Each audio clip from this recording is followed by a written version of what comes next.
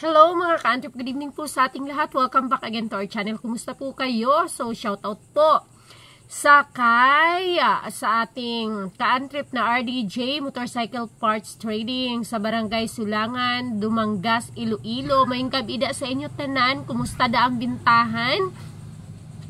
Kami karon nga adlaw, January 28, 2025, kaloy-an sang Ginoo. Grabe gid kami kasako, gikapoy gid ko. So, maraming blessing ang maghapon. So, kapag mapagod sa ako, sigurado maraming blessing yan. Kaya salamat sa Panginoon.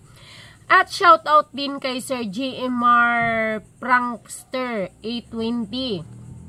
Ma'am, okay lang ba mag-rent po?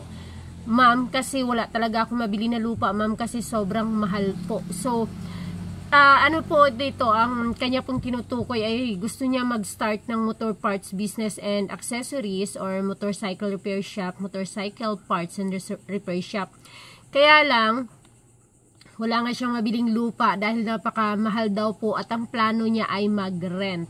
So, ayan mga ka-antrep, medyo marami-rami na tayo. Sa tagal na rin nating nagpa-vlog, marami na rin tayo mga nakausap na mga ka-antrep natin na mga sumubok at nag-try at hanggang ngayon naman ay nakasurvive at lumago po yung kanilang business kahit sila ay mga nagre-rent. Pero sa totoo lang po, napakahirap po talaga kapag nagre-rent sa ganitong klaseng negosyo. Kasi hindi po ito siya fast moving kagaya po ng mga basic needs ng tao, ng pamayanan or mga business talaga na talagang kumbaga like the pagkain ay magkaiba siya compare dito. So, meron tayo sa ganitong business, meron tayong tinatawag na mga fast moving pero hindi siya kasing fast moving na kagaya ng mga business na mga nakabilong siya sa basic needs ng mga tao kagaya halimbawa, 'di ba? Kaya ang daming pumapasok sa grocery, sari-sari store, sa mga pagkain kasi bilong sila sa basic needs at saka talagang kailangan ng tao para sila ay makasurvive sa kanilang pamumuhay.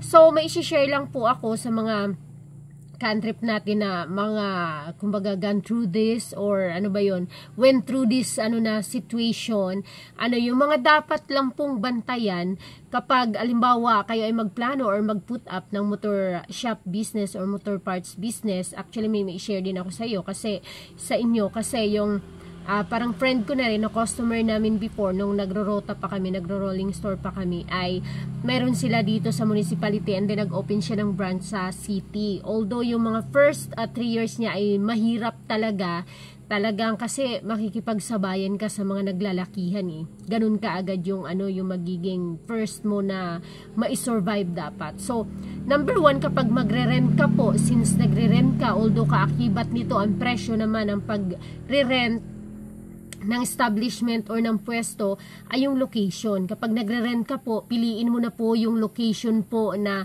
sigurado kang matao, daanan ng mga tao, along the way siya, sentro, kasi para hindi masayang yung iyong pagre-renta. Kasi napakahirap po nang may hinahabol kang renta kada buwan. Let's say for example, ngayon po ang parentahan pinakamaliit sa mga munisipyo, di ba? 5,000 maliit, 7,000. So in the city, ganyan depende sa laki ng space. So meron diyan 10,000, 7,000 to 8,000 to 10,000. Can you imagine kung ang location mo is nasa ganyang mga area, mahal ang rent. So kapag mahal ang rent, halimbawa sabihin na natin nasa 10,000. So, 10,000 or sige, sa basic tayo, 5,000. Can you imagine the 5,000 na kinita mo from your net ay dapat ay kita mo na yon, maibubulsa mo na yon. Hindi ko ibig sabihin maibubulsa mo para gastusin. Kumbaga, maiparolling mo na yon pero ilalaan mo siya sa pagbabayad mo ng renta. Kaya napaka-importante po ng location na dapat matao siya, mabenta siya, paced environment, para along the way siya, fast-paced environment, para marami kang customer na makuha sa location na yun, para hindi masayang ang iyong renta. Number 2, yun, magkano ba yung renta? Baka naman po maliit lang naman ang iyong startup capital pero nagrenta ka ng 25,000. Let's say for example, may startup capital ka na nasa 200 to 300,000 lang, konti lang po yun. And then nagrenta ka po ng space na nasa 15,000, medyo tagilid po kayo doon. Kasi yung 300,000 na yan na items, medyo konti lang yan.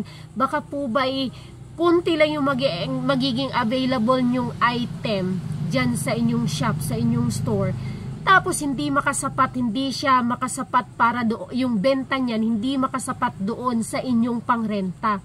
At isipin po natin palagi na kapag nagsisimula po tayo, wala pa po tayong customers. Isipin po natin na kapag nagrenta ka po sa ganitong panahon, mayroon na mga nauna at may mga customers na sila. Makikipagsabayan ka or makikihati ka doon sa mga customers na nila.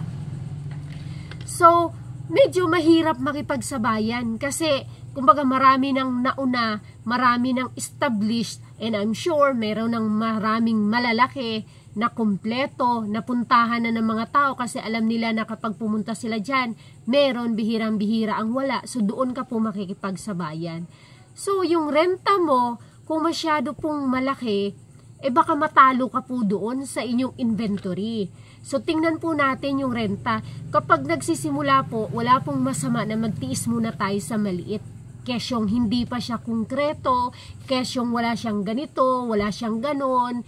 Yung basta't mai-survive mo lang yung makapag-start up ka kahit na medyo mainit, kung wala man yung magandang kisame, kung wala man yung magandang mga estante, yun po yung inyong bantayan. Kasi kapag established na klase ng ng rentahan mo, rental space mo, medyo mahal din yun.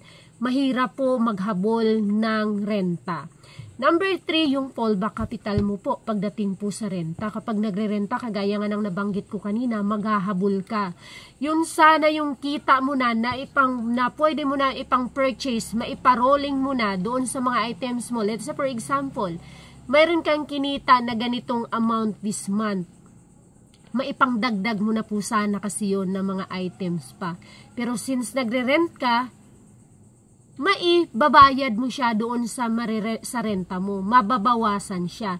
So, mas maganda na marami kang inventory. Kasi baka hindi ka sumakto. Baka yung benta mo sa isang buwan ay kulang pa doon sa magiging renta mo po, pambayad ng renta. Usually, yun yung nagiging struggle kasi ng mga mga nagsisimula. Lalo na po, palagi kong sinasabi na ang motor parts business and accessories is medyo mataas siya na klase ng negosyo. Yun kumbaga, ibig ko pong sabihin, yung 200,000 mo po ay kukunti lang po yan. Hindi po yan makakapuno ng mga estante.